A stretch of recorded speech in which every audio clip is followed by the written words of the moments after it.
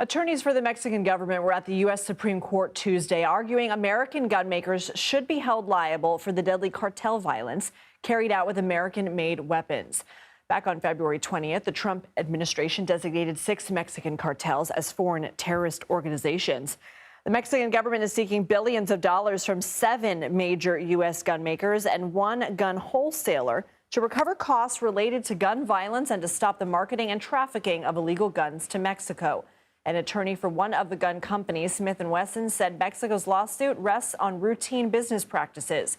CBS News correspondent Adam Yamaguchi embedded with gun smugglers who brought weapons across the border from the U.S. to Mexico for CBS Reports. He joins us now from our L.A. bureau. Adam, good to see you. So before we get to the case itself, just how many American-made guns make their way to these cartels, and how are they getting there?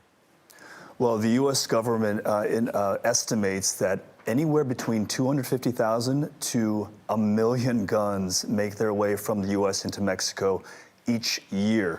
This is according to an investigation that took place between 2018 and 2021. Now, the way this works, the U.S. has established that Mexican cartels have essentially a nationwide gun-running network that spans the entirety of the U.S.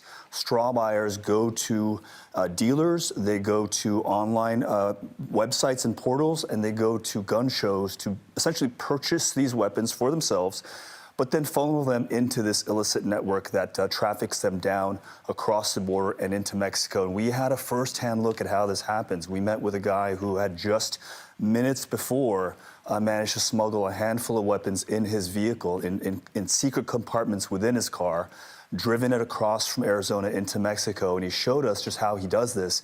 And he says he does this routinely multiple times a week. And again, this is just one guy, along the border that stretches 1,500 miles. And this is, again, part of a nationwide effort. So what is at stake in this case that is before the Supreme Court? Right. Well, the Supreme Court justices heard the arguments yesterday, and they did express some skepticism.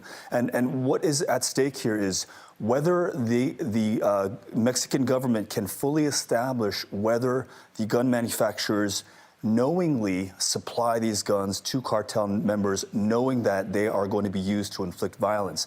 And that was something that the justices at least seemed to indicate they were a little uncomfortable making that connection. But that's ultimately what this hinges upon. Okay, Adam Yamaguchi, thank you, as always, for your reporting.